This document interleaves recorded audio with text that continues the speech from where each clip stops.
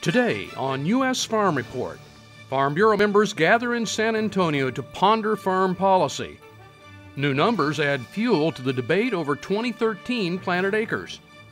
And some thoughts on a big rural policy change in China. U.S. Farm Report brought to you by the Chevy Silverado, the one you depend on, the one that lasts.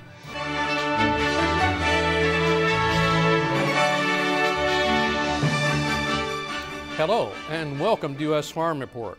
I'm John Phipps.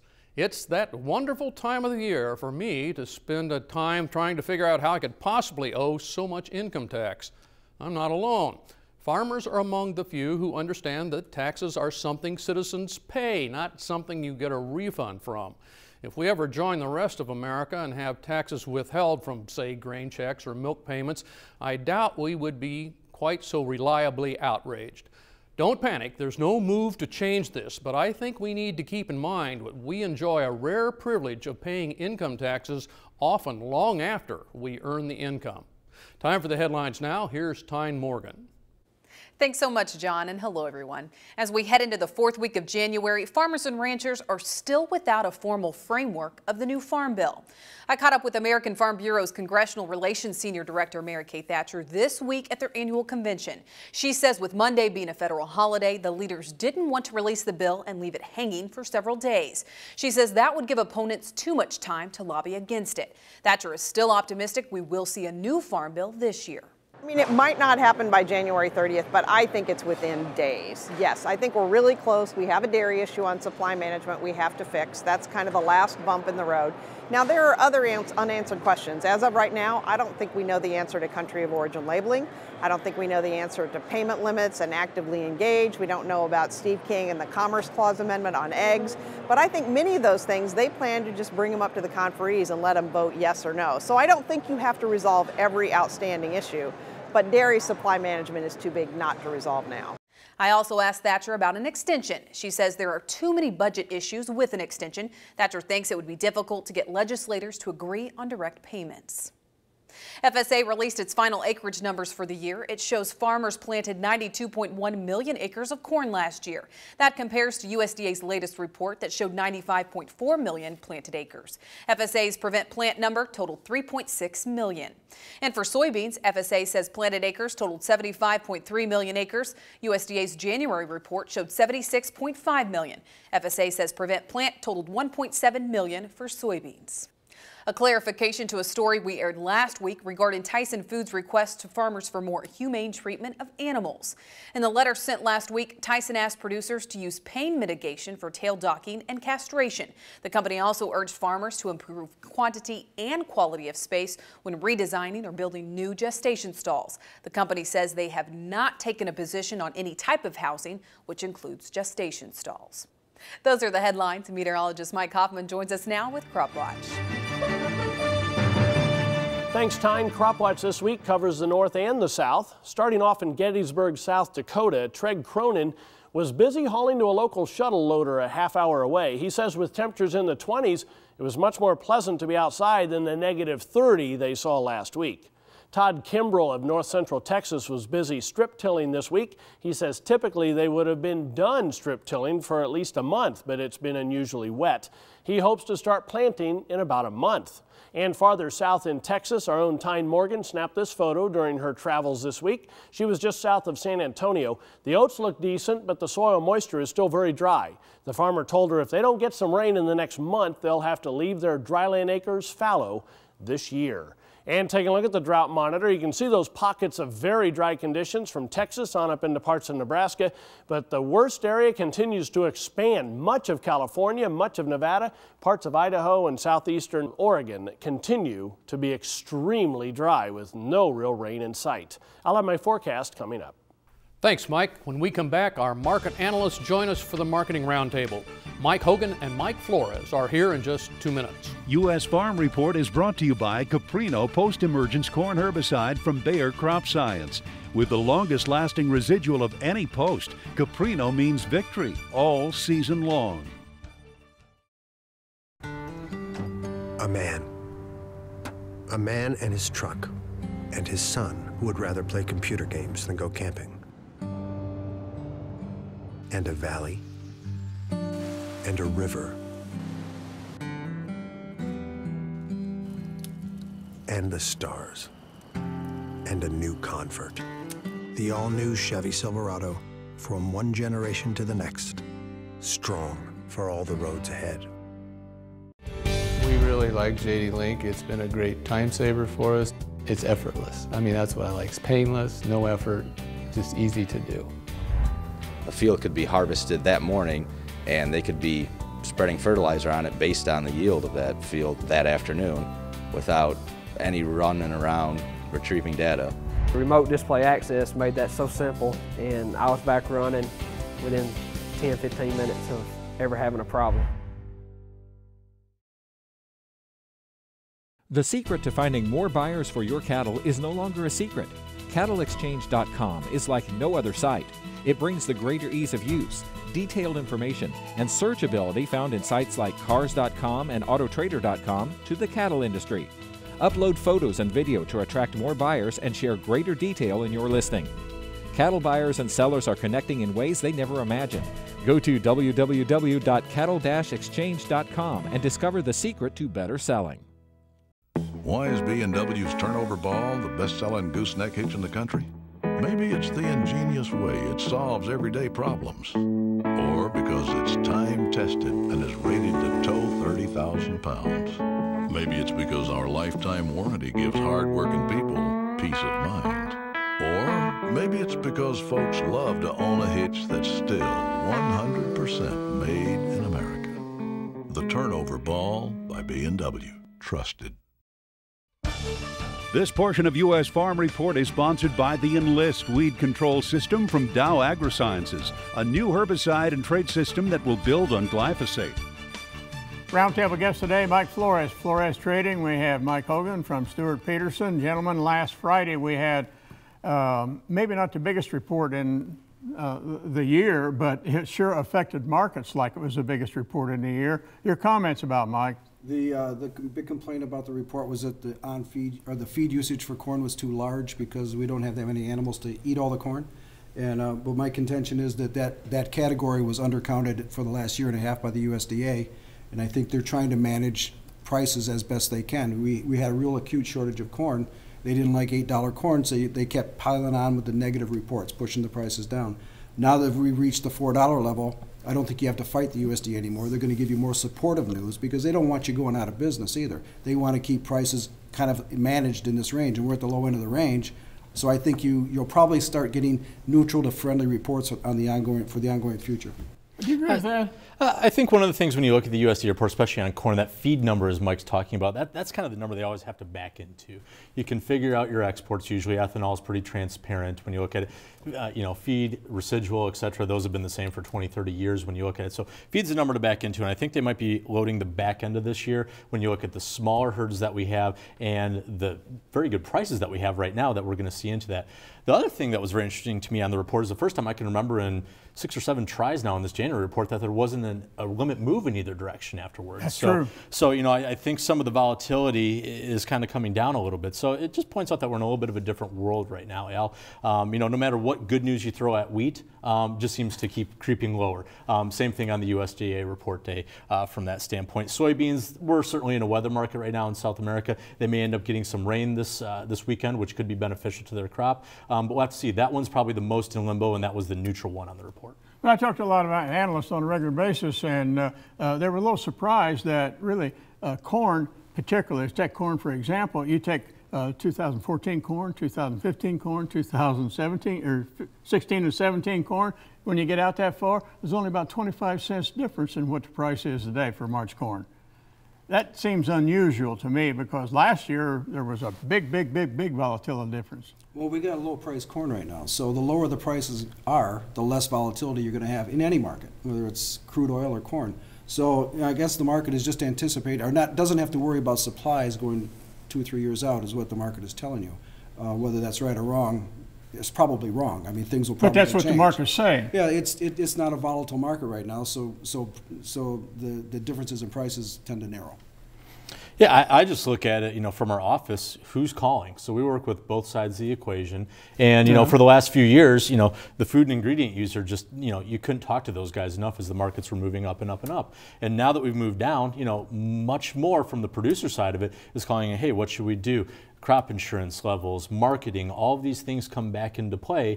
And the interesting part of it is neither of these parties should have really stopped marketing throughout, you know, this whole run as we've had. It's just being one step ahead and trying to think, well, what happens if we go from $8 to $4 corn? I mean, those were some big opportunities in there that some folks could have capitalized on. Well, part of the purpose of this show is to provide our producers, primary agriculture producers, the kind of information they need in order to make sound decisions. But in the last couple of years, all they've had to worry about is to produce as much as they can because the prices were high. We've changed that picture just a little bit, haven't we? Yeah. Yeah, I mean, we've halved the corn price, you know, but what else in this world is halved? Not too many things. So my way of thinking, you know, we're in a speculative market where, you know, the volatility is high enough over the course of a year or two to push prices too high, to push prices too low. But and I think what we've done is we've pushed prices too low here. All other input costs that the producer is dealing with are relatively high. They're staying up there. So the one thing that they're producing is the one thing that's been punished, and I think it's been punished a little bit too far on the downside. So, you know, I'm just looking for, so I think the markets have made lows here. Now, it's going to take some time to get some feet underneath it to move higher, but I don't think you're going to move lower.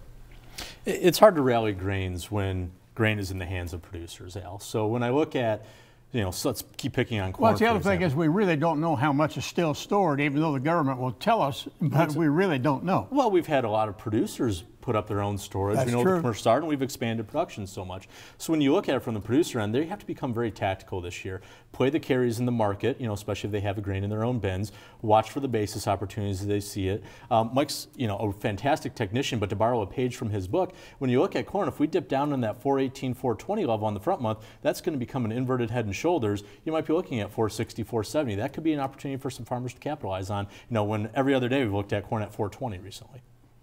No, not that much. Not that much difference. Hey, when we come back, I'd like to talk a little bit about the other countries, China and South America, and then maybe what's happening in Europe too, because particularly when we talk about wheat and Australia, they get involved too. We'll be back with more U.S. Farm Report in just a moment. This season on Man vs. Weed, Ethan discovers Caprino post-emergence corn herbicide. Weeds this year, toughest ever. Caprino has the longest residual of any post, taking on grasses, broadleaf weeds, even glyphosate-resistant weeds all season. Caprino, because out here, it's man versus weed. And man will emerge victorious. Caprino, for an amazing end-of-season clean. Great harvest. Definitely. How do you help your crops produce to the fullest? Treat your seeds. Bayer seed treatments help prevent damage caused by pests during early plant development, leading to healthier stands and larger yields. And when it comes to seed treatments, there's only one name to remember. Pancho Vitivo? Pancho Vitivo. Get treated and get growing. What is your emergency? Need assistance at County Road 61 and Highway 9. Help is on its way. Clear! There's a better way to jumpstart your soil back to health. Apply Endzone to protect and increase nitrogen efficiency without killing bacteria. Apply Prevent to increase phosphorus availability and reduce fixation. Better yet, use them both to get more from your fertilizer investment and see higher potential yields. Ag Explorer, your prescription for healthy soil.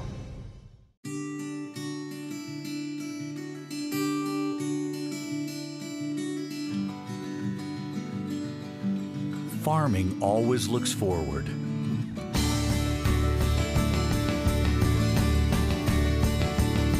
Introducing the Enlist Weed Control System, an advanced herbicide and trait system that will build on glyphosate for exceptional control of tough weeds. The next chapter begins.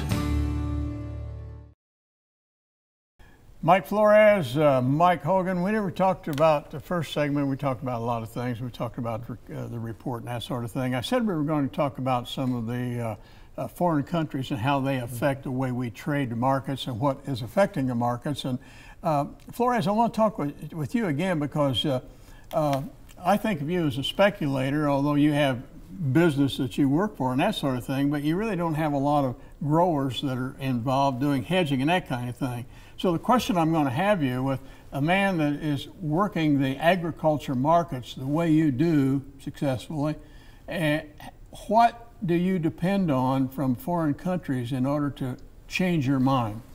Well, I mean, it's just a fundamental that I look at, and it's going to color the market, but I'm going to make my decisions based upon the technicals. But like as example, China is a big bean buyer, as you know, and they've been buying for a long time. And the conventional wisdom lately has been that they're going to have all these soybean cancellations. And so I guess the question I ask, because I'm looking at soybeans as being bullish, I don't look at them as being bearish at all. Okay. And I look at them as what could make them go higher. And what if China doesn't cancel those contracts? So what happens is, if they don't cancel those contracts, they bought a lot of beans below the market. Yeah. You've got the hedge funds buying the market, so it's like a two-pronged attack. And the soybean markets could be squeezed. Where are the people going to get the beans to deliver those contracts for the Chinese, which they've already purchased?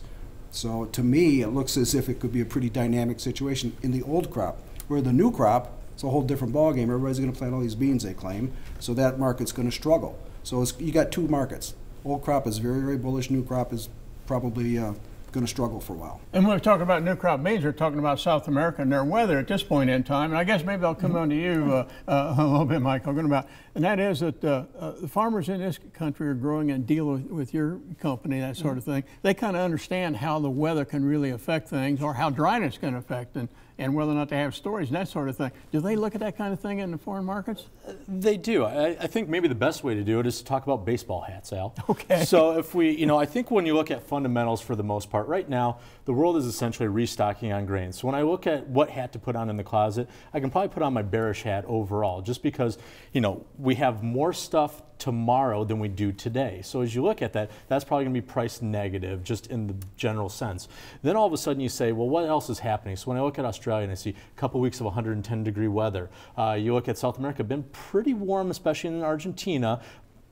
Maybe getting a little bit of rain this weekend. Some of the other things, the winter blast here in North America where you can't get grain quite to things. And I sort of think, okay, well, I've got my big 10-gallon hat on that says I'm a bear at this point in time. But maybe you go and you grab a different baseball hat and you put on a little bit more of a bullish one. And that might get more into maybe Mike's role when you look at the technical picture of it and say, okay, there might be 20, 30, 50, 60 cents here that if some of these fundamentals start to come true, this is what's going to happen. So you might look at the technicals for exit and entry points. But I think when you start to marry the fundamentals and the technicals together, that's going to help people paint a broad picture and understand what they're doing and how they're positioning themselves, especially during different time frames. So we're talking about technicals, we're talking about history, basically. Is that the truth? Yes, yes. Things tend to repeat.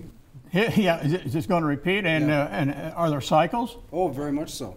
I was on this show 6 weeks ago talking about the Gann 60-year cycle. Yeah. That's, I know, esoteric to a lot of people, but nonetheless, there are things that repeat in this world, and they always have. And so that cycle is kind of at a point where in 1953-54, which is what this is based upon, the market had been going up, paused in January, and then took off again in February to the upside. So maybe it's the soybean cancellations that don't occur is what's going to be the underlying force. I don't know what the underlying factor will be to push it up, but yeah, I mean, the technicals are very important, and I would urge people to brush up on them. What are the most important countries in the world? China probably is number one as in terms of their use in the United States, but other than China, what else we need to worry about, think about maybe? I think when you look at it, China's the backstop. They're the user of all of the commodities for the most part. And then when you look out, you have the producing countries. So you have the Argentinas, the Brazils, essentially kind of the BRIC countries. So when you think of India and China, they're the users. Brazil, Argentina, Russia, they're somewhat the producers. You can lump North America in there, although we're not a growing BRIC country when you look at those things. So I think those are the key parts to look at, and one of the key things to understand about China right now is while they have a whole bunch of different economic things going on, their reserves are being built. And we just had earlier this week, one of their officials said, you know what, we've got a lot of imports coming in right now, so we might be able to put the brakes on this thing pretty soon. So again, that might be something else for the bear camp to look at, aside from what those producing countries, what we just went over, have some of the more bullish things to look at. And again, those things are more big picture when I look at them now. And those big pictures affect all the markets, right? Well, of course, sure. But, China may say things like that and try to get the price down to buy. They're not sellers, they're buyers. So, you know, they always want to buy as cheap as possible. And it looks to me like they bought a lot of soybeans very cheaply. We'll be back with Marcus now when we return with U.S. Farm Report. U.S. Farm Report is brought to you by Ag Explorer. Nurse your soil back to health with the right prescription of N-Zone and Prevent. I'm so glad we could help. Thousands of people contact General Steel each month for a pre-engineered steel building. These are business owners who need retail, manufacturing, office, and storage facilities. They're church leaders who need sanctuaries or gymnasiums. And they're people just like you who need RV storage, riding arenas, or airplane hangars. They all want the same thing: the advantages of owning, to build quickly and save money, quality backed by our 50-year structural warranty. And they all want to work with a name they know: General Steel. Some callers have shopped the internet and realized that for a purchase this important, it just doesn't make sense to take a risk. Many internet-based companies are nothing more than a website. You really don't know who you're working with. Call us today for the building you need and save as much as half the cost and time of conventional construction. Thank you for calling General Steel. How may we help you today? Not even this floodlight is bright enough to light up a room, but now there's the new high-tech Torchlight from Bell & Howell. Ordinary flashlights just have a narrow beam, but the Torchlight has a brighter, wider beam that brilliantly lights up the entire room. Its 28 ultra-bright LEDs give you over 100,000 hours of bright, reliable light. And look, the Torchlight is also a flashlight that clearly lets you see wherever you go. The powerful magnetic base securely attaches it to any metal surface, and it even rotates an incredible 180 degrees. It's like having an extra pair of hands. Use it at your computer, as a table lamp, or to light up those dark, unlit areas. It's weatherproof, and with the built-in hook, you can hang it anywhere. The Bell & Howell Torchlight is yours for just $10. But wait, call now and we'll double your order. That's 2 for the price of 1. Just pay separate processing and handling. Order your Torchlight now. To order your Torchlight and receive a second one free, have your credit card ready and call toll-free. 1-800-628-5775. Markets Now is brought to you by DuPont Pioneer, helping you get the right product on the right acre. Science with service, delivering success. It's time for Markets Now. We're going to begin with Mike Flores. Well, as this new week starts, I would be looking for, as far as trading, I would be looking for some lows to occur in corn probably towards the end of the week. I want to be a buyer of corn. I think it's made its lows. And I think you could probably be looking at 450, 460 basis of March corn over the next, let's say, 6 weeks. I think soybeans, again, could probably struggle early into next week, but you want to be a buyer on good dips there. Wheat is a market that I've already bought calls on. We've got a lot of cold weather coming in on some ground that's not covered with snow. So I bought some March 470 calls, or excuse me, 570 calls. I think that's a value. Look for wheat to possibly set some lows. Maybe it's probably already set its lows. Look for, I think, a bottom in wheat, and we should get a 30, 40, 50 cent rally. Okay. Markets Now, Mike Hogan. When I was younger, I used to watch a show called It's a Different World. And I think that's the one thing that farmers probably need to pay attention to right now, is that this is more of a supply side driven equation when you're looking at the ag products versus a demand equation at this time. So I think that's part of the thing that they really need to pay attention to. And right now, those are pointing towards bearishness. That aside, I think one of the other things to look at is what we talked about earlier, Al. There are some things that are popping up. A lot of folks have gotten on one side of the boat just a little too far. I think you could see some of those pops coming when you look at it. And probably the last thing is just the disclaimer. You know, we're in a regulated industry and we have to put disclaimers out on everything simply because you can make money trading, you can lose money trading, but when you combine that with a cash product, you're really hedging and minimizing the risk. And this is the ultimate time for folks to be doing something like that, Al. We got about 20 seconds now. The one thing that a producer should be doing, and I'm going to ask you the same thing. Well, producer want to get ready for the planting season, but I'm looking at it for price only, and I say prices are bottoming. Scenario plan. Okay, we'll be back with more U.S. Farm Report in just a moment.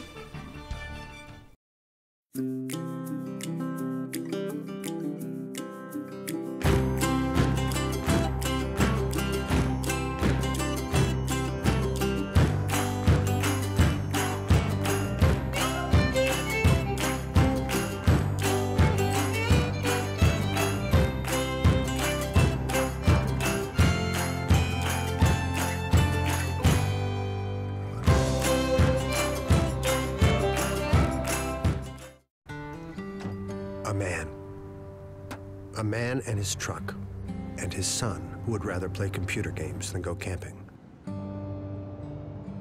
And a valley, and a river,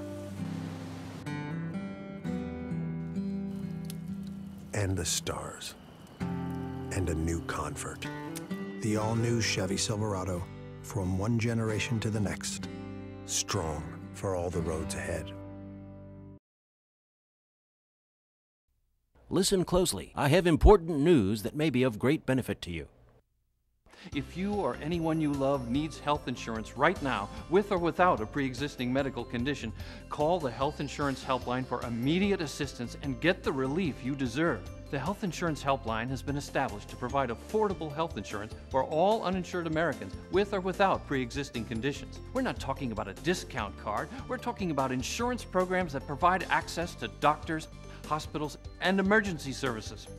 Call the number on your screen now, and in minutes you can have a choice of affordable health plans. And as a special bonus for calling today, we'll send you a no-obligation, no-cost prescription savings card which can save you up to 50% off your prescriptions. Call the Health Insurance Helpline now. Call toll-free 1-800-425-4502. That's 1-800-425-4502. Call now. While most farmers have been following breaking news on the Farm Bill, market prices, and similar urgent economic developments, recently there was a quiet announcement from China that could impact our industry more than many expect. As part of the government policy changes announced at the plenary session, President Xi Jinping outlined the beginning of reform of the decades-old system of migration control called Hukou. Under this regime, Chinese citizens who moved from their registered birthplace to find work, for example, left behind most of their rights and benefits. Migrants were unable to get health care, education, even buy an apartment or get a driver's license. The demand for labor, coupled with a huge disparity in urban and rural incomes, left many Chinese with little choice, however. One sad aspect of these restrictions is the fact that 60 million Chinese children live apart from their parents who have gone looking for better wages. The reform will be good news for humanitarian reasons, therefore, but it's also smart economics. Migrant workers are effectively shut out of the economy where they work, and they save every penny so that they can move back home. Chinese planners see this reform as making consumers out of those savers, boosting their economy with domestic demand. Market advisors have been surprised by the continuing strength of Chinese demand for commodities. Given this reform, I would suggest we haven't seen anything yet. Let us know what you think. Send emails to mailbag@usfarmreport.com or leave us a voicemail. Coming up in our next half hour, a college graduate who turned her minor into a major career dream. It's a wild story you won't want to miss. Stay with us. The second half of U.S. Farm Report is coming right up. U.S. Farm Report is produced and distributed by Farm Journal Television. Today on U.S. Farm Report, is the logjam breaking? Congress finally passes a spending bill. Cattle prices set a new record as supplies tighten. And we're going to the zoo with a new zoo veterinarian. U.S. Farm Report brought to you by the Chevy Silverado, the one you depend on, the one that lasts.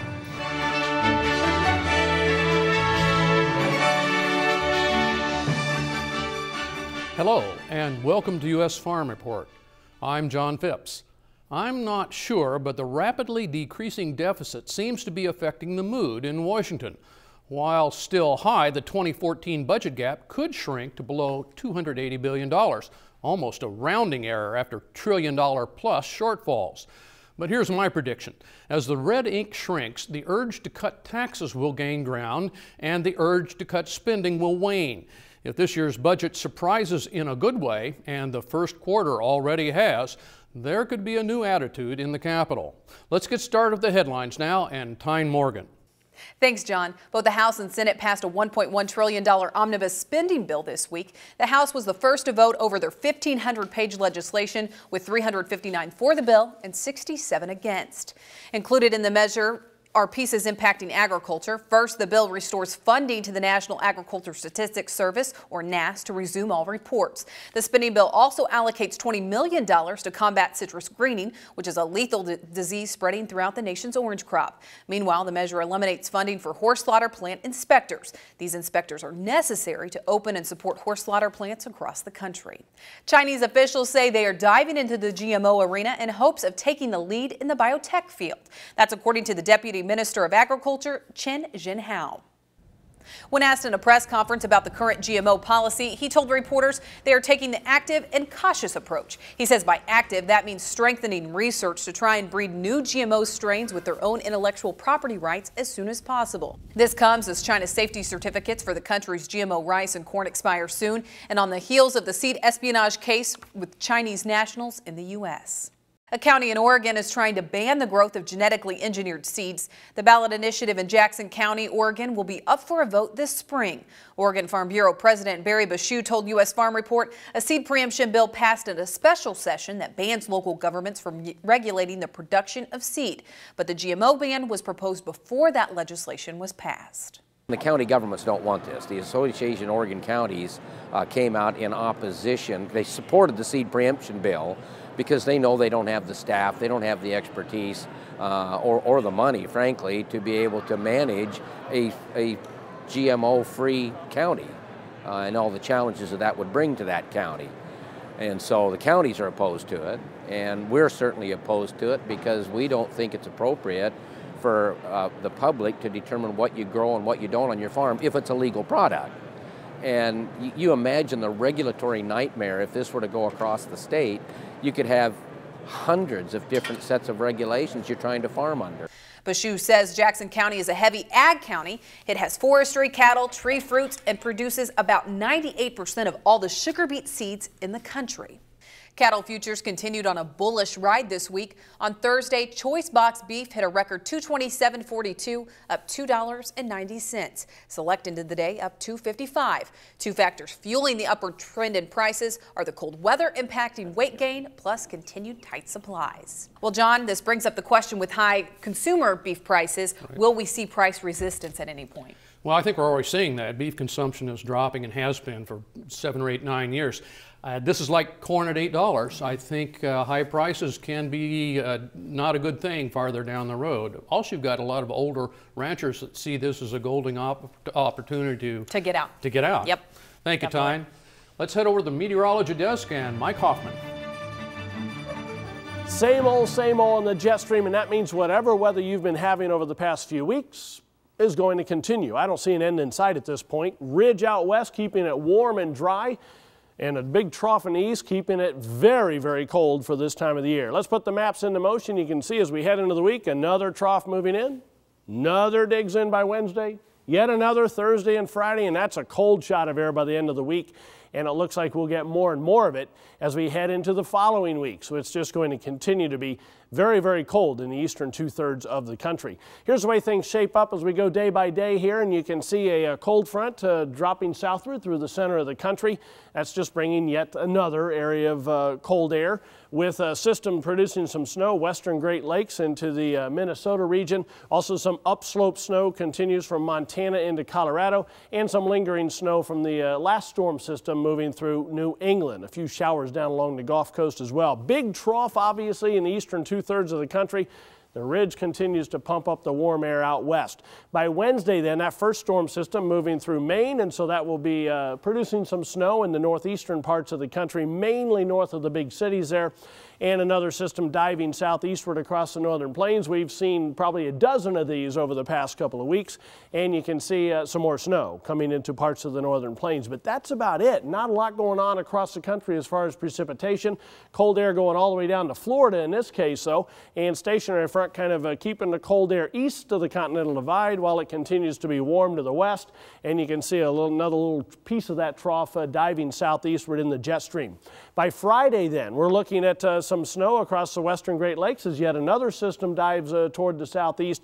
Chilly weather throughout the southeastern part of the country, and that's going to continue to be dry there. A little bit of shower activity in Florida and some more upslope snows in parts of the northern and central Rockies, especially along the eastern slopes of those mountains.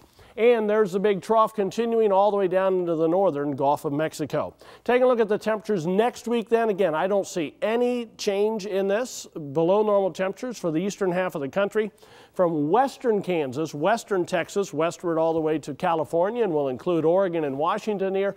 Above normal temperatures are expected. Precipitation above normal from Texas throughout the eastern seaboard and the northern Rockies. Below normal central plain states as well as much of the west.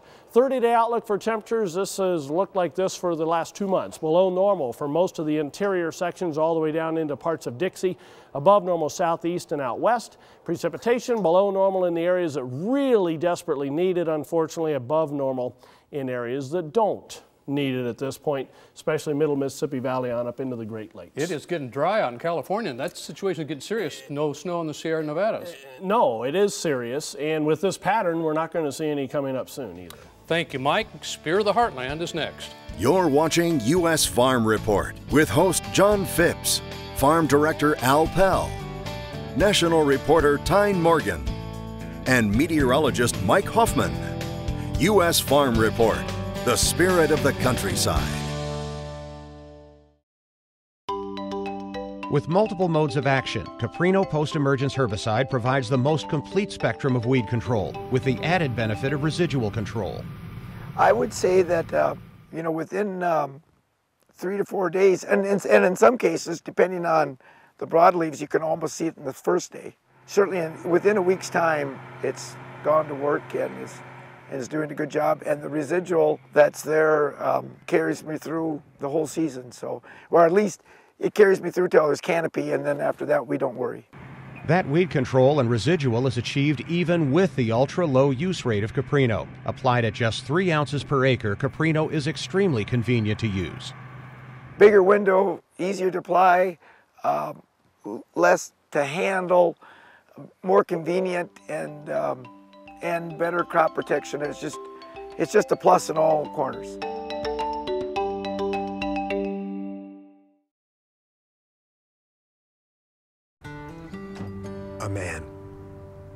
A man and his truck, and his son who would rather play computer games than go camping. And a valley, and a river,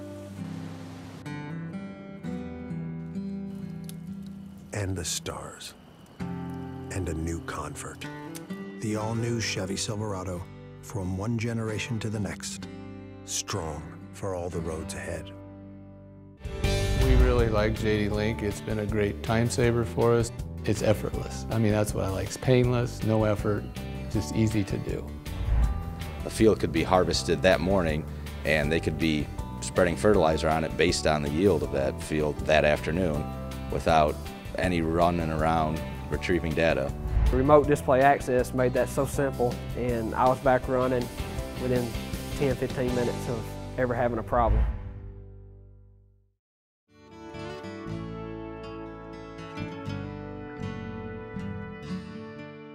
In this brand new year, do you have a goal to change jobs? Perhaps you'll find that dream job. Many of us strive for that lofty goal, but few fulfill it. However, a former University of Missouri student is the exception. She's living her dream in a zoo, so to speak. In this report provided by the University of Missouri Extension, Kent Faddis tells us how she got there. He's always the first one to greet me at the door, because he loves bread. Kelsey Goins enjoys feeding the kangaroos in the morning.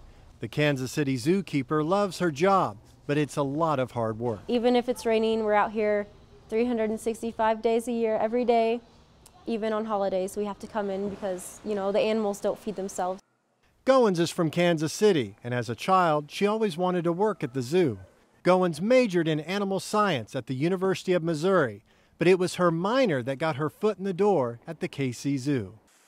Created in 2007, the Captive Wild Animal Management minor at MU allows students to explore interests from zookeeping to endangered species conservation to wildlife rehabilitation.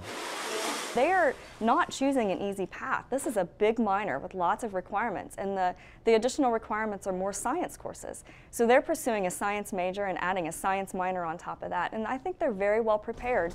There you go. Students learn the best methods to care for animals in zoos and conservation centers, while keeping these animals as wild as possible. I believe it allows students to really put lots of different facets of whole animal biology together. They have the husbandry and the care, they have the wild animal ecology, how these animals live in the wild, and then they get to think about how do we put all of that together to manage these wild animals, not domesticated animals, and we utilize science to put all of that together. Not all students use this minor to pursue a career as a zookeeper, but for Goins, this is a dream come true. Oh, I love my job. If I had a desk job where I was inside, I would go crazy. Out here, I'm working with animals, I'm doing what I love. I'm happy being here for sure. From the University of Missouri, I'm Kent Faddis reporting. Thanks, Kent. A new Bureau of the Census research shows that for 2010 college graduates, only 27% have jobs that are in their college major. Next week, we'll head to Montana to meet a wheat grower who's leading the way to ensure his kids can come back to the family farm. He says it may be remote, but the tranquility on the wide open wheat fields is incomparable. Up next, Baxter Black pays tributes to rural vets who wear many hats while on and off duty. Miss any of today's show? Head to usfarmreport.com to watch the program online. U.S. Farm Report, the spirit of the countryside.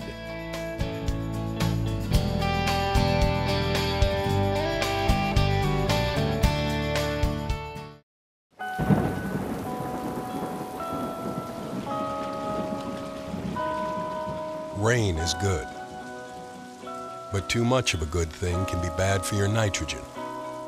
Instinct 2 and N-Serve nitrogen stabilizers keep more nitrogen available longer, so it'll be there when corn needs it most.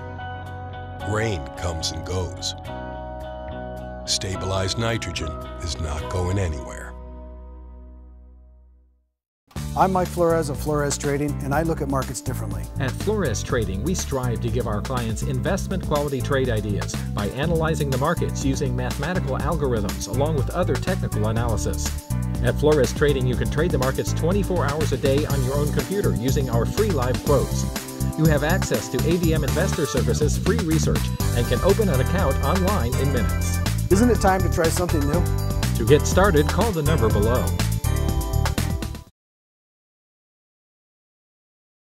Are you tired of log splitters that move in slow motion? Introducing a revolutionary new and faster way to split wood. The DR Rapid Fire Splitter spins two massive cast iron flywheels to create an incredible splitting force that's unleashed in a 1-second burst. It's the world's fastest log splitter. We put the Rapid Fire up against a 34-ton hydraulic splitter and it wasn't even close. The DR outsplit the competition by more than 2.5 times. So why split wood the old slow way when you can get a DR Rapid Fire Splitter? Call 1-800-418-1580 for a free buyer's guide and DVD. You'll learn how you can try a DR log splitter at home for 12 months, pay no monthly interest for 36 months, and save up to $600. Hurry, this offer won't last. Call 1-800-418-1580. Online at drwoodsplitter.com. This portion of U.S. Farm Report is sponsored by the Enlist Weed Control System from Dow AgroSciences, a new herbicide and trait system that will build on glyphosate. As flu season continues to ramp up across the country, many of us are glad a doctor is nearby. Baxter Black has a tribute to a special doctor, the one you can count on to take care of man's best friend or your prized cow. Modern veterinary medicine encourages specialization. After 4 years of pre-vet school, and 4 years of veterinary school, then you add another 2 or 3 years of specialized learning, more about less, it may be possible for a specialist to eventually know everything about nothing. But there are still veterinarians in states with only one area code that you could trust to spay your cat, fix your dog, replace your uterine prolapse in a cow, extract a crypt orchid from your horse, and yes, judge the pigeons at the county fair. This one's for you. Doc, while you're here. Doc, I'm sorry I called so late, but you must be all through eating. I appreciate you coming out. Your truck sure took a beating on this gravel road, and I swear I'll get it graded. I know I promised last time, but all this mud delayed it. The cow's up in the pasture. should have called you sooner, but after lunch I took a nap. What Mama calls a nooner. I read the mail and fed the dog and sat around and thought, and then I watched RFD TV. And Doc, I plumb forgot. Sorry about this busted chute. I tried to get a welder, but last time I used baler twine, and I'm pretty sure it held her. I'm glad you brought a flashlight. This bulb's been out since May. I'll have it fixed next time I call you out this way. Water? You mean drinking water? Well, there's some in that old barrel, but a rat drowned in there Tuesday, so I'd be a little careful. Oh, and I just remembered the kid's old Shetland pony got in a sack of barley, and now he's acting groany, and since you're here already, the dog ain't had his shots, the hog's got diarrhea, and I've been seeing spots. If it's not too much to ask, would you use these pills I bought? They're cheaper at the co-op, Doc, and you charge more than you ought. Well, I thank y'all for coming, Doc. You've treated me all right. And I told the wife to call you first, especially late at night. And if you ever need a reference, I'll put you in my will. And about tonight's expenses, just put it on my bill. This is Baxter Black, DVM, from out there. Baxter will return in 2 weeks. Until then, check out his work online at baxterblack.com. When we come back, Tractor Tales and our Country Church Salute. Please stay with us.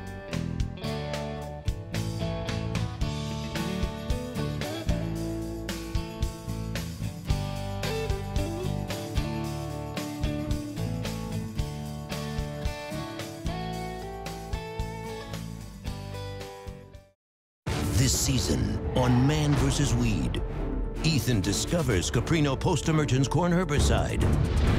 Weeds this year, toughest ever. Caprino has the longest residual of any post, taking on grasses, broadleaf weeds, even glyphosate-resistant weeds all season. Caprino, because out here, it's man versus weed. And man will emerge victorious. Caprino, for an amazing end-of-season clean. Great harvest. Definitely. How do you help your crops produce to the fullest? Treat your seeds. Bayer seed treatments help prevent damage caused by pests during early plant development, leading to healthier stands and larger yields. And when it comes to seed treatments, there's only one name to remember. Pancho Vitivo? Pancho Vitivo. Get treated and get growing. What is your emergency? Need assistance at County Road 61 and Highway 9. Help is on its way. Clear! There's a better way to jumpstart your soil back to health. Apply Endzone to protect and increase nitrogen efficiency without killing bacteria. Apply Prevent to increase phosphorus availability and reduce fixation. Better yet, use them both to get more from your fertilizer investment and see higher potential yields. Ag Explorer, your prescription for healthy soil.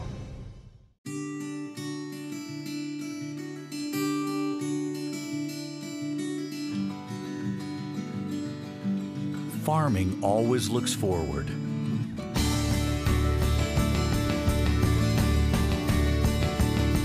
Introducing the Enlist Weed Control System, an advanced herbicide and trait system that will build on glyphosate for exceptional control of tough weeds. The next chapter begins.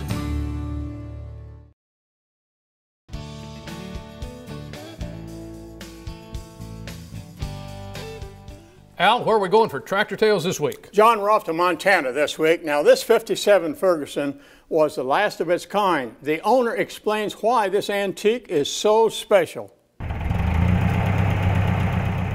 This is my 1957 Ferguson. It was one of the uniqueness about it. This was the last year the Ferguson name appeared on a tractor all by itself. After that year, it was Massey Ferguson. The 40 model was strictly only the Ferguson name. They were making a 35 and they were making a 50 at the same time. They were a Massey Harris Ferguson. They were red and silver. The difference between the 40 and the 35 was the front axle. Restoration on this one is basically mostly cosmetic. They throwed chains over the hood. There was absolutely no grill or any of that. I had to I got a man back east, had remanufactured grills, and he did come up with a grill for me. It cost me $250 just for the grills. This is a user, I do use it. I have all 3-point equipment. I have a 3-point blade. I plow snow on my driveway with it. Rototiller, I rototill the garden. I use it a lot. It is a neat color. It's very, I like the color myself. This is one of my favorites. Don't forget, you can find Tractor Tales online at usfarmreport.com or on Facebook. Now, the segments can also be downloaded as podcasts from iTunes. Today's Country Church Salute goes to the Zion Lutheran Church in Republic, Ohio. The church just celebrated its 175th anniversary in October. It's seen many changes over the years, including spreading the gospel in different languages. In 1885, the original church was erected and the services were conducted in German. Then, in 1957, another change happened when the Adams Lutheran Church and the Fireside Lutheran Church merged. The congregation is still alive and active after all these years. Their oldest member, Everly Motz, just celebrated her 101st birthday. Our thanks to Dale Bickle, a lifelong member of the church, for sharing their story. And as always, we want to learn about your home church as well. Salutes can be sent to the address on the screen. Stay with us now. The mailbag is next. Country Church Salute is brought to you by Farmers Feeding the World. Agriculture leading the way and feeding a hungry planet. Learn more. Give generously. Dream huge with us. Hi, Tom Parent here for DR Power Equipment. Is your driveway a bumpy road full of potholes, washboard, and ruts? Well, for lots of folks that live in the country, this is a normal ride. But it doesn't have to be this way. Not when you own a DR Power Grader. Tow the power grader behind your riding mower, utility tractor, or ATV. With each pass, the power grader loosens, redistributes, and levels surface materials. Potholes and ruts are filled in, washboard is smoothed out, and your resurfaced driveway is ready to roll. Call 1-800-731-1893 for a free buyer's guide and DVD. You'll learn how you can try a DR at home for 6 months, pay no monthly interest for 36 months, and save up to $300. Hurry, this offer won't last. Call 1-800-731-1893. Online at drpowergrader.com.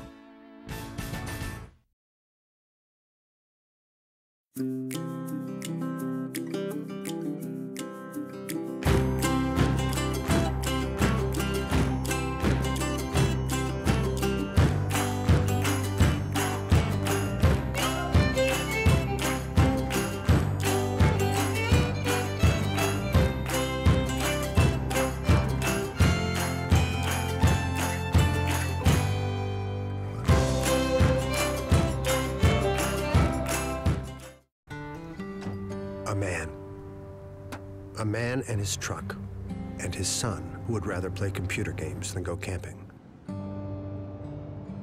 And a valley, and a river, and the stars, and a new convert. The all-new Chevy Silverado, from one generation to the next, strong for all the roads ahead.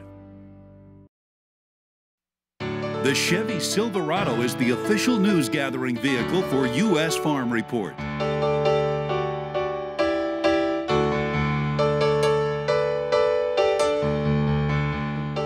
Time now for a weekly look inside the Farm Report mailbag. The weather has been a hot topic, so to speak, and one loyal viewer isn't crazy about what he sees on the maps. I live 40 miles southwest of Spokane, and our annual rainfall is around 15 inches per year, so we are 1/3 below normal. It seems something is messed up with the drought map. That's for Art Swanek in Lamont, Washington. Well, what can I say, Art? The Drought Monitor is a joint effort by the USDA and NOAA, published every week. Like all national maps, it's a generalization of conditions on a large scale. So even though your farm is colored yellow doesn't mean it accurately represents your water situation any more than your county average yield says anything about your crops. The maps are drawn using the same rules as have been used for the last few decades to allow comparisons with previous droughts, as we did in 2012. I will agree with your concern, however. If anything, we may be underestimating the problems in the West and Northwest. Thanks for watching. Before we say goodbye, I have the sad duty to report on the passing of longtime market analyst Gary Wilhelmy. Gary had been a fixture on Ag Day, this show, and its predecessor, Weekend Marketplace, providing an experienced voice during many historic market events. Those of us who got to spend time with him always enjoyed his floor trading stories from before the era of computers. In fact, I cannot help but smile in memory of those anecdotes when I see a video of the Chicago Board of Trade. Gary was a warm and genuine friend who did his best for his clients and his industry during his long and distinguished career. We will miss him. As always, we want to hear from you. Send comments to mailbag@usfarmreport.com or leave us a voicemail at 800-792-4329. For Al, Tyne, and Mike, I'm John Phipps saying thank you for watching U.S. Farm Report. Be sure to join us again next week. We'll be working to do even better.